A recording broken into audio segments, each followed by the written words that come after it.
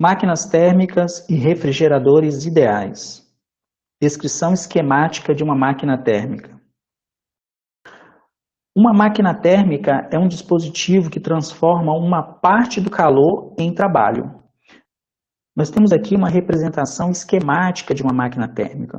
Uma máquina térmica é composta por uma fonte quente, uma fonte fria. Nós temos aqui um motor térmico que vai realizar uma espécie de trabalho. E um calor quente, uma determinada quantidade de calor, que nós vamos chamar de calor quente, é retirado da fonte quente, uma parte é usada para realizar trabalho e uma parte é entregue à fonte fria, que nós chamamos de QF. Nós sabemos que a energia interna do sistema e a entropia não vão variar porque o motor térmico ele opera em ciclos. Então ele sai de um estado e volta no mesmo estado. Então, quando o motor sai do estado e volta no mesmo estado, a sua energia interna não varia. Então, ΔU é igual a zero no ciclo e ΔS da máquina também é igual a zero no ciclo. Então, isso é para o ciclo. Então, aplicando a primeira lei da termodinâmica ao ciclo, nós temos ΔU para a máquina igual a zero, porque a máquina tem um fluido aqui de operação, que pode ser um gás, pode ser um líquido, ele está operando em ciclo, e esse líquido ou esse gás, ele entra em contato com a fonte quente, recebe calor da fonte quente, utiliza uma parte para realizar trabalho, e aí quando esse gás ou esse líquido entra em contato com a fonte fria, ele entrega uma determinada quantidade de calor na fonte fria e aí vai executar os mesmos procedimentos, fazendo isso tudo em ciclos. E em cada ciclo que ele executa, a variação da energia interna é zero, de maneira que se nós aplicarmos a primeira lei da termodinâmica ao sistema, o que nós temos? Se ΔU igual a zero, nós temos que o calor retirado da fonte quente vai ser igual exatamente ao trabalho, somado com o calor entregue à fonte fria. Então, essa expressão ela decorre da primeira lei da termodinâmica. Com isso, nós podemos calcular a eficiência de um motor térmico, ou o rendimento de um motor térmico. Como é que a gente pode fazer isso? O rendimento que nós vamos designar pela letra E, ele é o benefício, que é o trabalho realizado pela máquina, dividido pelo custo. O custo qual é? O custo é o calor retirado da fonte quente. Então, o rendimento, ele é igual ao trabalho, que é o benefício, que é o trabalho que é realizado pela máquina, dividido pelo custo, o quanto de calor que é retirado da fonte quente. Então, nós vemos aqui que o rendimento da máquina vai ser quanto maior for o benefício comparado com o custo. Então, quanto menor o custo, maior vai ser o rendimento. Quanto maior o benefício, maior vai ser o rendimento. E da primeira lei da termodinâmica, o que nós podemos tirar? O trabalho realizado pela máquina, ele é igual ao calor retirado da fonte quente, menos o calor entregue à fonte fria. Então, essa diferença é o trabalho realizado pela máquina. Dividido pelo calor retirado da fonte quente, nós temos que o rendimento da máquina, ou a eficiência do motor, é exatamente 1 menos calor entregue à fonte fria, dividido pelo calor retirado da fonte quente. Então, esse é o rendimento da máquina. Nós podemos agora calcular a variação total de entropia nesse processo. Vamos lembrar que a variação de entropia num ciclo para a máquina ela é zero. Então, nós temos que contabilizar somente a variação de entropia da fonte quente e da fonte fria. E aí nós temos que lembrar que a variação de entropia da fonte quente vai ser, a fonte quente perde uma determinada quantidade de calor, Q quente, QQ, e a temperatura dela, como nós estamos supondo que a fonte quente ela é uma fonte muito grande, então, nesse processo, quando ela perde essa quantidade de calor, a temperatura não varia. Então, como a temperatura não varia, nós podemos calcular a variação de entropia simplesmente pegando a quantidade de calor que ela perdeu, dividido pela sua temperatura. A fonte fria, a gente pode fazer da mesma forma, só que a fonte fria ganhou uma determinada quantidade de calor, que é F. E por mais que ela tenha recebido essa quantidade de calor, a sua temperatura não varia, continua sendo TF, ou seja, a temperatura da fonte fria não varia, porque é um reservatório de energia térmica. Então, somando esses dois, né, a variação total de entropia, qual vai ser? Variação da entropia da fonte quente, e esse termo, o segundo termo, é a variação de entropia da fonte fria. E nós sabemos, da segunda lei da termodinâmica, que isso tem que ser maior ou igual a zero. Isso nos leva a concluir o quê? Nós temos uma relação entre o calor entregue à fonte fria, dividido pelo calor retirado da fonte quente.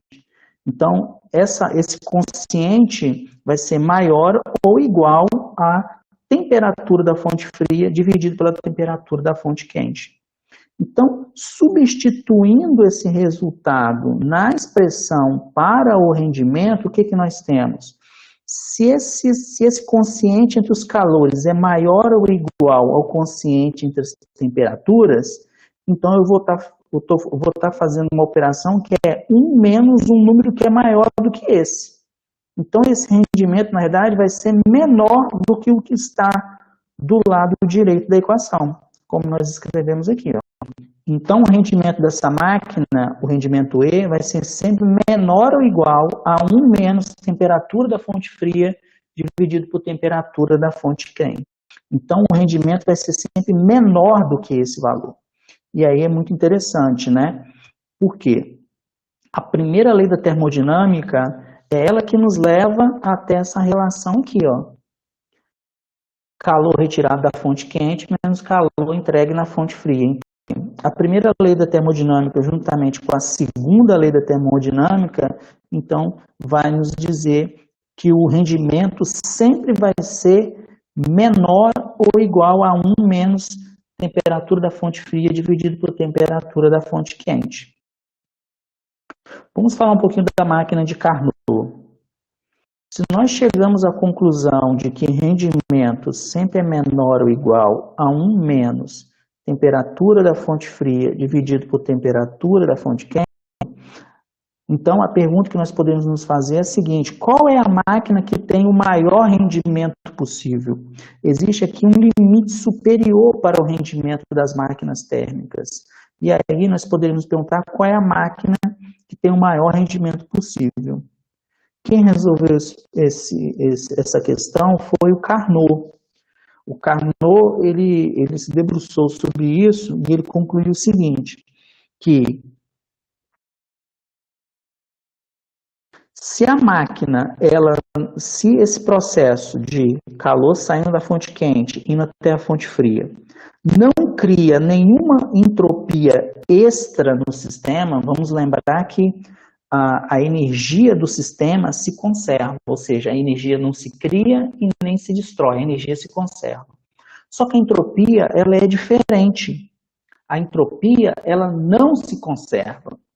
A entropia, inclusive, num processo pode aumentar, ou seja, o fato do calor sair da fonte quente e ir para o fluido de operação da máquina pode acarretar num aumento muito grande de entropia. Então, a entropia, ela pode ser criada, diferente da energia. Então, a entropia pode aumentar. É isso que diz a segunda lei da termodinâmica, né? Diz que a entropia é sempre não decrescente, ou seja, a entropia sempre aumenta. Então, a energia se conserva, só que a entropia pode aumentar. Então, o Carnot pensou numa situação em que o calor ele é retirado da fonte quente, o fluido de operação recebe essa energia térmica, só que a temperatura, vamos lembrar que a variação da entropia é o calor dividido pela temperatura. Então, se sai uma determinada quantidade de calor da fonte quente a uma determinada temperatura T quente, se o fluido de operação da máquina térmica tiver uma temperatura muito menor ou bem menor do que a temperatura da fonte quente, vai haver um ganho de entropia. Então, vai haver um ganho extra de entropia nesse processo. Então, o que nós podemos fazer para resolver isso? Nós podemos fazer com que a temperatura do fluido de operação esteja muito próximo da temperatura da fonte quente. Não pode ser igual, porque calor não vai fluir da fonte quente para o fluido de operação se as temperaturas forem iguais. Então, vai estar um pouquinho abaixo só da temperatura da fonte quente. Com isso, vai haver o fluxo de energia térmica, de calor, e não vai haver um ganho de entropia. O mesmo vai acontecer aqui, ó. O calor recebido pela fonte fria, nesse processo, a temperatura do fluido de operação não pode estar muito maior do que a temperatura da fonte quente. Então, a temperatura do fluido de operação está só um pouquinho abaixo da temperatura da fonte quente e está um pouquinho acima da temperatura da fonte fria, para que não haja ganho de entropia nesse processo. E é claro, esse processo ele tem que ser isotérmico. Então, o fluido de operação ele vai receber esse calor da fonte quente a temperatura constante e ele vai ceder esse calor para a fonte fria também a temperatura constante. Com isso, não vai haver ganho extra de entropia, não vai haver uma produção extra de entropia. E aí, ou seja, esses dois processos já estão aqui, e aí o Carnot agora só tinha o trabalho de interligar esses dois processos, né? Como que a temperatura do fluido de operação vai diminuir de quente para ter frio. Com isso, ele pensou num processo que não envolve calor. Com isso, ele garante que não vai haver geração de entropia. Então, a temperatura do fluido de operação vai diminuir de T quente para T frio por meio de dois processos adiabáticos, que são processos que não envolvem troca de calor.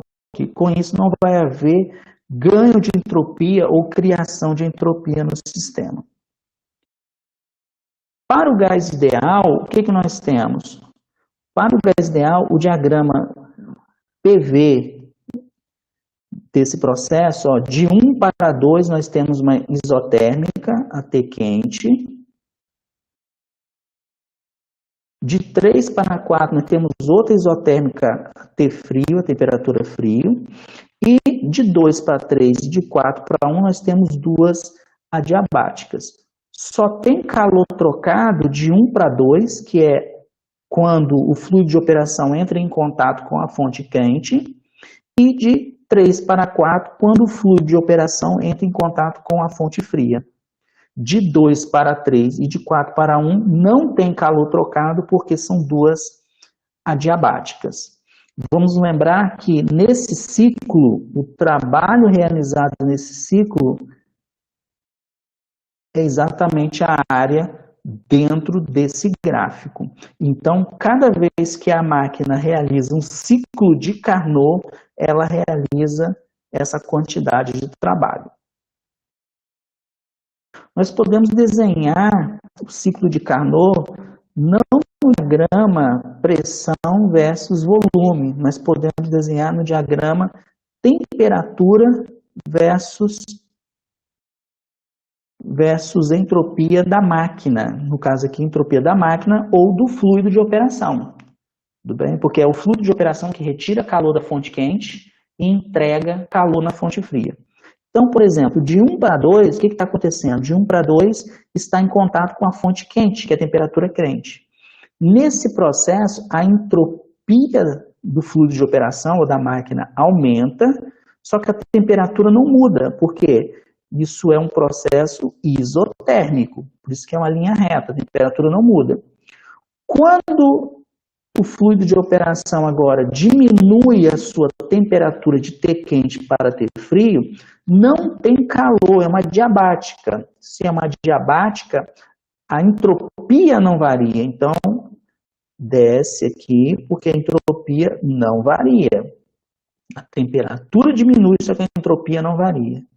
Quando entra em contato com a fonte fria, a entropia diminui, porque está rejeitando ou entregando calor na fonte fria, só que a temperatura é constante, ou seja, esse processo é um processo isotérmico. E aí, de novo, agora a temperatura vai aumentar por meio de uma compressão adiabática. Como não tem troca de calor, é uma compressão adiabática que ocorre. A entropia da máquina, que é a entropia do fluido de operação, não varia, só que a temperatura do fluido de operação aumenta de T frio para T quente. E com isso a máquina vai realizando esse ciclo. E a área aqui abaixo, dentro desse gráfico, é exatamente o calor retirado da fonte quente. É exatamente o calor retirado da fonte quente. Então, isso é muito interessante. Da mesma forma que a área aqui dentro do gráfico, no diagrama PV, é o trabalho realizado pela máquina, a área aqui dentro desse gráfico, no diagrama temperatura versus entropia, é exatamente o calor retirado da fonte quente, retirado do reservatório quente. E como é o rendimento máximo, como fica o rendimento? O rendimento sempre era rendimento menor ou igual a 1 menos temperatura da fonte quente dividido por temperatura da fonte fria. Então, como essa máquina possui um rendimento máximo, então o rendimento de uma máquina de Carnot, a gente pode escrever assim, ó, é igual a 1 menos TF, temperatura da fonte fria, menos temperatura da fonte quente. Então, se nós pegamos o exemplo que a temperatura da fonte fria vale 300 kelvins e a temperatura da fonte quente vale 500 kelvins, vamos lembrar que 300 kelvins é exatamente 27 graus Celsius e 500 kelvins é 227 graus Celsius. Então, o rendimento dessa máquina, como vai ficar o rendimento dessa máquina? Vai ficar 1 menos 300 dividido por 500, ou seja, menos 3 quintos, que é igual a 2 quintos, ou 40%. Então, o rendimento máximo dessa máquina vai ser 40%. É um rendimento muito bom para uma máquina, ou seja, o rendimento máximo de uma máquina térmica de Carnot. Então, a pergunta que o Carnot se fez, qual era o rendimento máximo de uma máquina que era dado pela máquina de Carnot, é de 40%. Então, qualquer máquina operando entre essas duas temperaturas, entre 300 kelvins e entre 500 kelvins, o rendimento máximo dela vai ser de 40%. Qualquer outra máquina vai ter um rendimento que é menor do que o rendimento da máquina de Carnot. Isso é também um outro enunciado para a segunda lei da termodinâmica. Então, a segunda lei da termodinâmica, ela diz que o rendimento é menor ou igual a esse valor ou você pode dizer que numa máquina térmica o rendimento sempre é menor do que o rendimento de uma máquina de Carnot. Apesar de ser um rendimento muito bom, esse de 40%, uma máquina de Carnot, ela é uma máquina ideal e é uma máquina que é impraticável de ser aplicada, né? Porque o calor trocado à temperatura constante, ou seja, de maneira isotérmica, ele flui muito lentamente. Então, para que você possa retirar calor de um reservatório térmico a temperatura alta para entregar a um reservatório térmico a temperatura baixa, vai demorar tanto tempo para você conseguir extrair uma quantidade apreciável de calor que praticamente essa máquina é uma máquina impraticável. Ela não conseguiria realizar um trabalho muito expressivo, pelo fato de o calor fluir muito lentamente em transformações isotérmicas. Então, a máquina de Carnot ela é um limite teórico para o rendimento das máquinas reais. As máquinas reais vão ter um rendimento que é menor do que o rendimento da máquina de Carnot. E fica claro também que o rendimento da máquina de Carnot ele só depende das temperaturas da fonte fria e temperatura da fonte quente. Ou seja, o rendimento da máquina de Carnot não depende do fluido de operação. Então, o fluido de operação aqui pode ser um gás, pode ser um líquido. Esse diagrama, por exemplo, ele é o diagrama para o gás ideal. Se nós tivermos na máquina de Carnot um líquido, por exemplo, a água ela não se comporta dessa maneira. Então, o gráfico, o diagrama vai ser diferente. Só que o rendimento vai ser o mesmo, porque o rendimento da máquina de Carnot não depende do fluido de operação. Vamos falar agora da descrição esquemática de um refrigerador. O refrigerador ele funciona exatamente ao contrário de uma máquina térmica. Então, quando nós estivermos falando de bomba de calor, refrigeradores e condicionadores de ar, a função deles na prática é retirar uma determinada quantidade de calor de uma fonte fria e despejar essa quantidade de calor, ou o equivalente a essa quantidade de calor, em uma fonte quente. Como esse processo é inverso, vamos lembrar que calor sempre flui da fonte quente para a fonte fria. Então, esse caminho que o calor está seguindo aqui não é o caminho natural. Então, para que isso aconteça, o refrigerador tem que realizar trabalho sobre o fluido de operação. Então, aqui é realizado trabalho sobre o fluido de operação para que esse movimento, para que o calor seja retirado da fonte fria e despejado na fonte quente. Por quê? Porque isso não acontece espontaneamente. Para que isso ocorra, o processo precisa ser forçado por meio de um trabalho. Por isso que é chamado bombas de calor também, né? Nós vamos bombear calor da fonte fria para a fonte quente. Novamente, né, os refrigeradores, assim como as máquinas, eles têm uma fonte quente e uma fonte fria. No caso aqui, a fonte quente pode ser, por exemplo, pensando no ar-condicionado, pode ser o meio exterior, e a fonte fria pode ser a sala, que está a uma temperatura menor do que o exterior. Então, o trabalho do refrigerador ou do ar-condicionado, qual é? É continuar retirando o calor da sala, que já está a uma temperatura menor, e jogando no meio ambiente. Só que, para isso, o compressor do ar-condicionado tem que realizar trabalho, ou seja, tem que gastar energia elétrica, porque isso não acontece espontaneamente.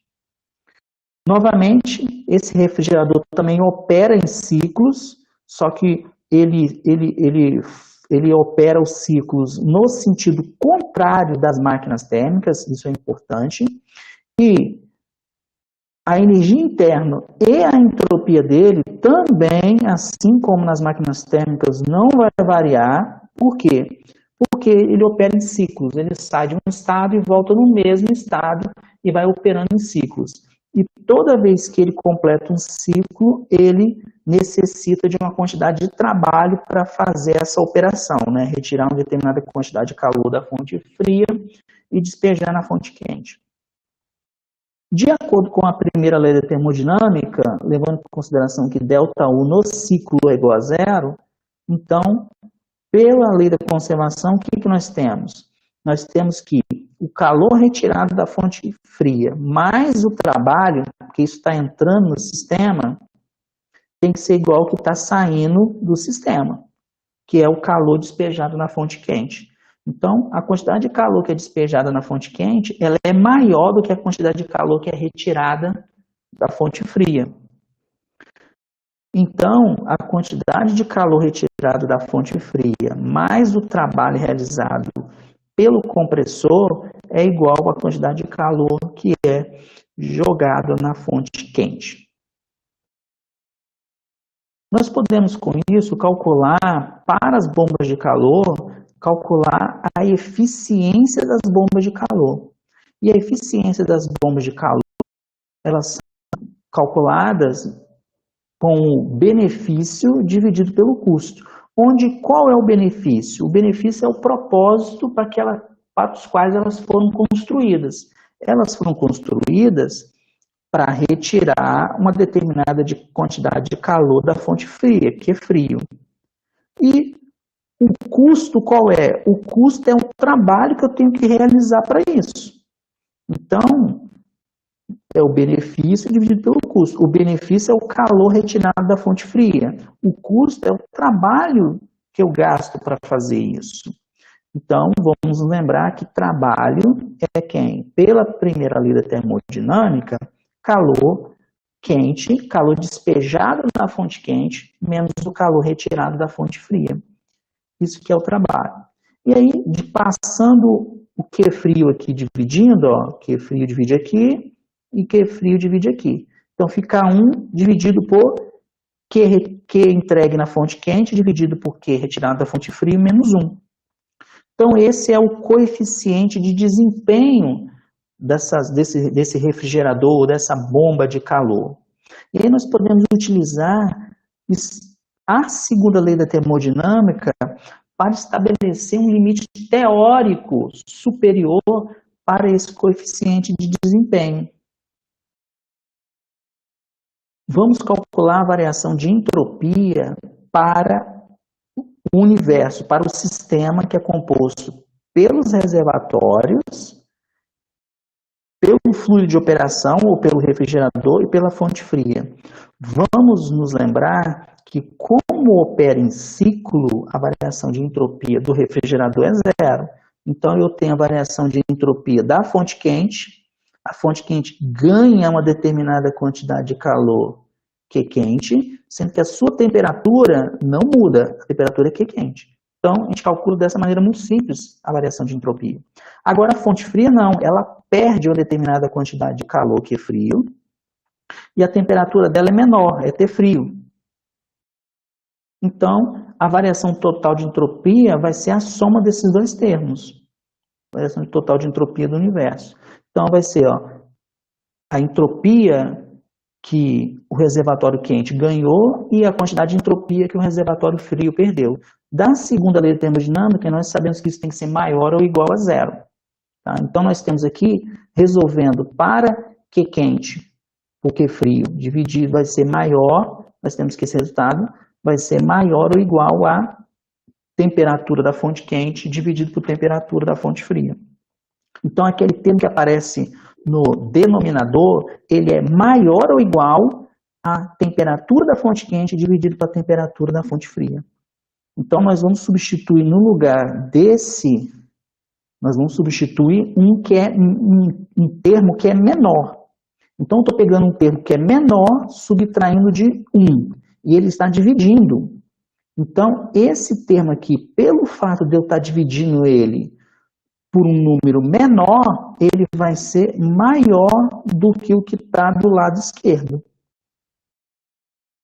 Foi o que nós fizemos aqui. Como nós estamos dividindo por um número que é menor, então esse termo aqui acaba sendo maior do que o que está do lado esquerdo. Então nós temos que o coeficiente de desempenho vai ser sempre menor ou igual a esse termo agora, que depende só das temperaturas dos reservatórios quentes e dos reservatórios frios. E aí nós temos um resultado bastante interessante, olha só. Se a temperatura do reservatório quente ou do meio ambiente for, por exemplo, 25 graus Celsius, 25 graus Celsius é 298 Kelvin. Isso aqui é 25 graus Celsius. E a temperatura da sala, temperatura fria, da fonte fria, for, por exemplo, 255 kelvins. Tá? Ou seja, a fonte fria está a uma temperatura de menos 18 graus Celsius. Então, vamos pensar aí que é uma câmara frigorífica, por exemplo. Ela está a menos 18 graus Celsius. Então, você está retirando calor de dentro da câmara frigorífica, que está a menos 18, e despejando no meio ambiente, que está a 25 graus Celsius.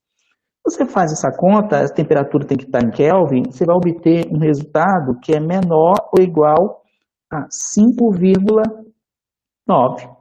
O coeficiente de desempenho vai ser menor ou igual a 5,9. Então, o que eu estou dizendo é o seguinte, que qualquer bomba de calor, qualquer refrigerador operando nessas temperaturas terão, no caso, um coeficiente de desempenho menor ou igual a 5,9. Essas são as nossas referências e até a próxima aula.